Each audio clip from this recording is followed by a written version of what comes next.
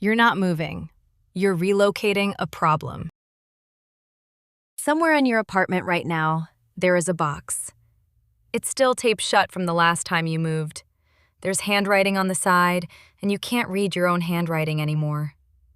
And in a few weeks, you are going to pick that box up, carry it down 4 flights of stairs, and pay a stranger by the hour to drive it across a city so you can set it down in a different corner and not open it again.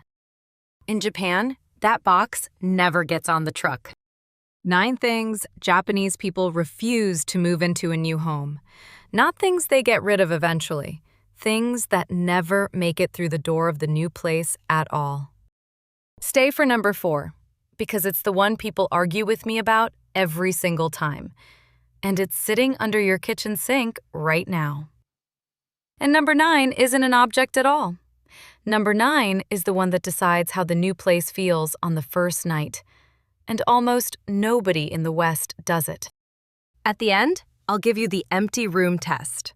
3 steps, under 5 minutes, and you can run it on moving day itself. Before the first item, 1 word, because it's the map for everything else. Danshari. 3 characters. Refuse. Dispose. Separate. Dan is refusing what tries to come in. Shaw is releasing what's already here.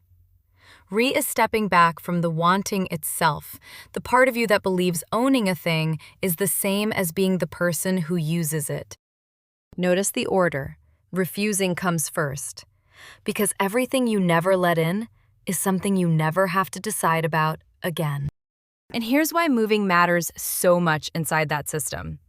Moving is the 1 week in your entire life when every single object you own has to be picked up by hand and carried. Every object gets weighed.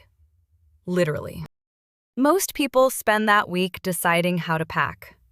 In Japan, that week isn't about packing. It's about refusing. So, 9 things that don't get on the truck. We're starting with what's out in the open. The things you could see from where you're sitting if you looked up. These are the easy ones, and they still get moved every single time. Number 1, the box you never opened from the last move. You know the one. Back of the closet, under the bed, in the corner of the room you call the office. Sealed. Dust along the top edge. Something written on the side in marker. Kitchen stuff? Question mark? Miscellaneous. Mom's things. In Japan, that box doesn't exist. Not because people there have more discipline than you. Because an unopened box is understood as an unmade decision. And unmade decisions are treated as expensive, not free. Here's what that box actually is. 2 years ago, you were tired and out of time, and you said, "I'll deal with this later." That box is later. Later arrived, and now you're going to pay someone to lift your own avoidance into a truck, drive it across town, and set it down in a home where it will sit for another 2 years, occupying space you are paying rent on every month. You didn't keep the contents. You kept the postponement. This shift. If you haven't opened it in 2 years, you didn't move it last time. You buried it. Dig it up or leave it in the ground. Number 2, the furniture that was measured for the old apartment. The bookshelf that fit that alcove. The sectional you bought because the living room was shaped like that. The desk that only works if the window is on the left. In Japan, that piece rarely survives a move, and there's a very practical reason. Large furniture is sodai gomi, oversized waste. You don't drag it to the curb at midnight. You call, you arrange a collection day, you pay for it, and you wait. Getting rid of a sofa in Japan takes planning and money. You'd think that would make people hoard furniture. It does the opposite. When throwing something away is difficult, you think very hard before you let it in. The cost at the exit changes the decision at the entrance. Here, disposal is free. You put it on the sidewalk. And because leaving is easy, arriving is careless. Half the things in your apartment got there without a single moment of thought. So the sectional goes on the truck. It lands in a new living room that is shaped differently, and it eats the walking path. And for the next 3 years, you turn sideways to reach the window. And you never once say out loud that the sofa is wrong. The shift. The room isn't badly designed. You furnished it for an apartment you don't live in anymore. It's the 1st of August, 90-something degrees before 10 in the morning. The whole street is a furniture graveyard. Sofas, bookcases, a mattress leaning against a hydrant. All of it going soft in the heat. And up and down the block, that same sound, over and over. The shriek of packing tape coming off the roll. Number 3. The mattress and the bedding. Japanese people, as a rule, don't move a mattress. Part of that is futon culture making it easier not to own one, but the principle underneath is what matters. What you sleep on absorbs the place you slept. Think about what a mattress is by year 8. It's every night of that apartment. The neighbor upstairs at 2 in the morning, the radiator, the bad month. It has taken the exact shape of the person you were in that room, and you're about to haul it down 4 flights in July so you can lie in the same dent somewhere new. And the bedding is worse, because you'll tell yourself it's fine, it's washable. The old pillows, the duvet, the sheets that never quite recovered. The first night sets the tone for the whole tenancy. It's the one night when everything is genuinely new. You can sleep in that, or you can sleep in the old apartment on the floor of the new one. The shift. A new home deserves a night that hasn't been slept in before. Start the lease with clean bedding, even if you keep the bed. Those first 3 are visible. Anyone standing in your apartment could point at them, which is exactly why they're the easy ones. Nothing you can see in plain daylight is really costing you. The next 3 live in drawers, and number 4 is the one you're going to want to fight me on. Number 4, the half-used bottles under the sink. Open that cabinet, right now if you're near it. The spray with an inch left in the bottom, the bleach from the apartment before this one. 3 versions of the same cleaner, all partly empty, one of them crusted around the cap. In Japan, those don't get boxed.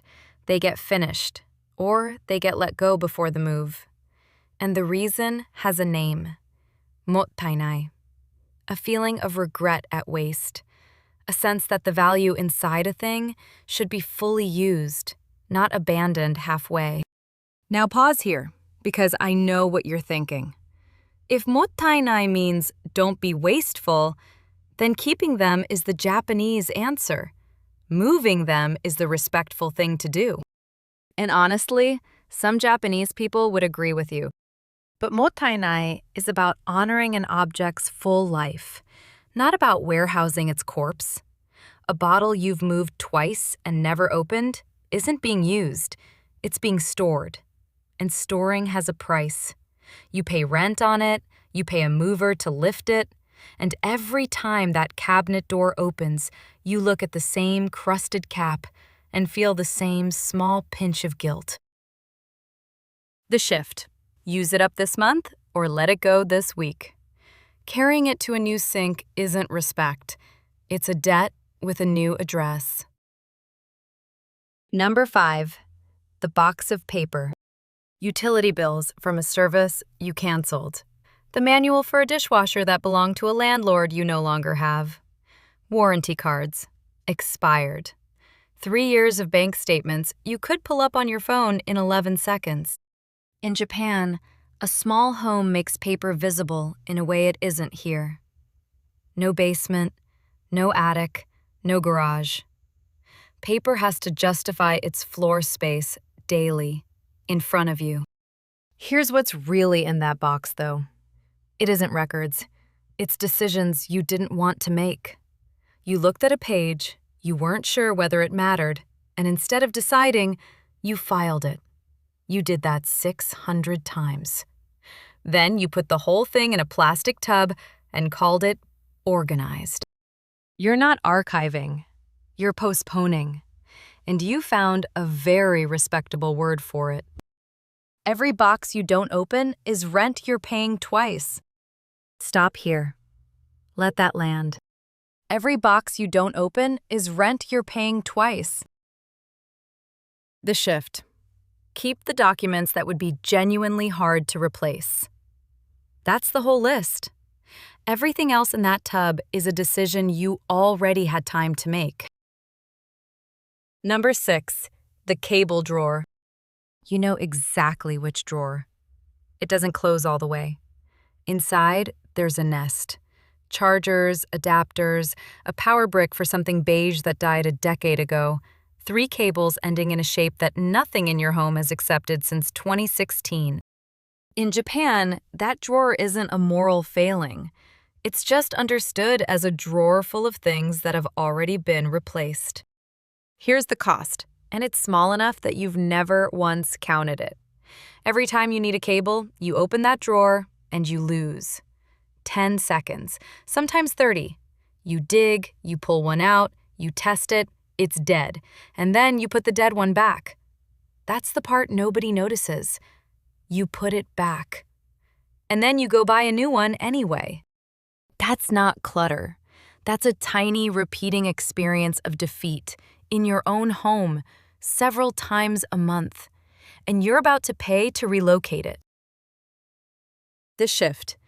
If you don't know what it charges, it doesn't charge anything. That drawer isn't a backup, it's a graveyard with a handle.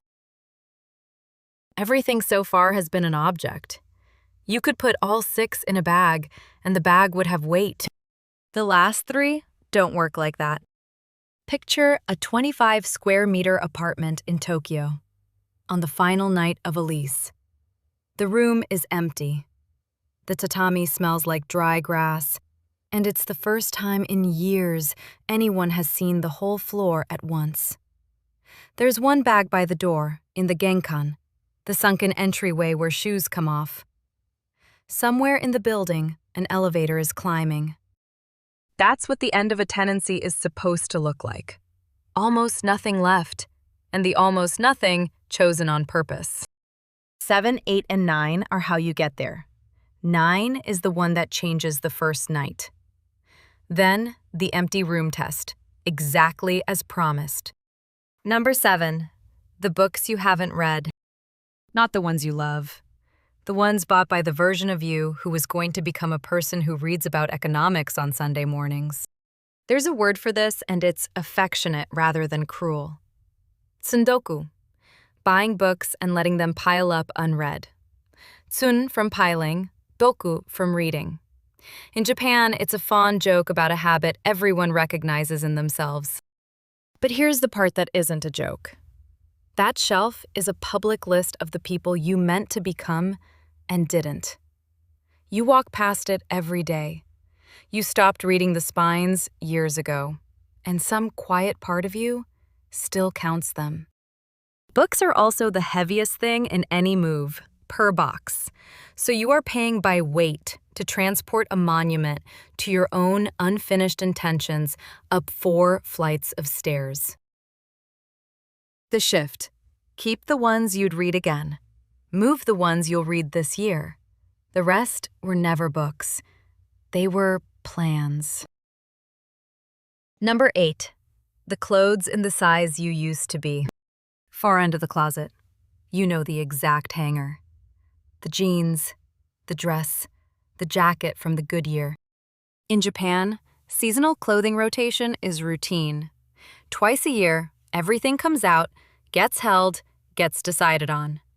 Nothing lives at the back of a closet for 6 years without being touched. Now, pause, because I know the objection. What if I get back there? Then I'd just have to buy it all over again. Keeping it is the responsible move. That's fair. I'm not going to argue with the possibility. But look at what the arrangement costs you while you wait.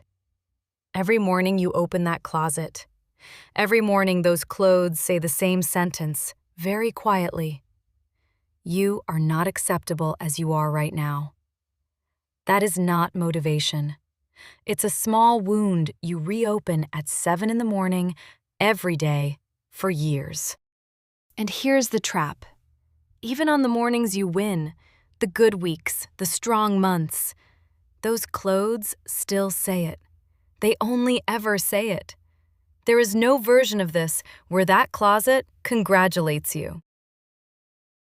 The shift. You can pursue the body you want without keeping a museum of the body you left.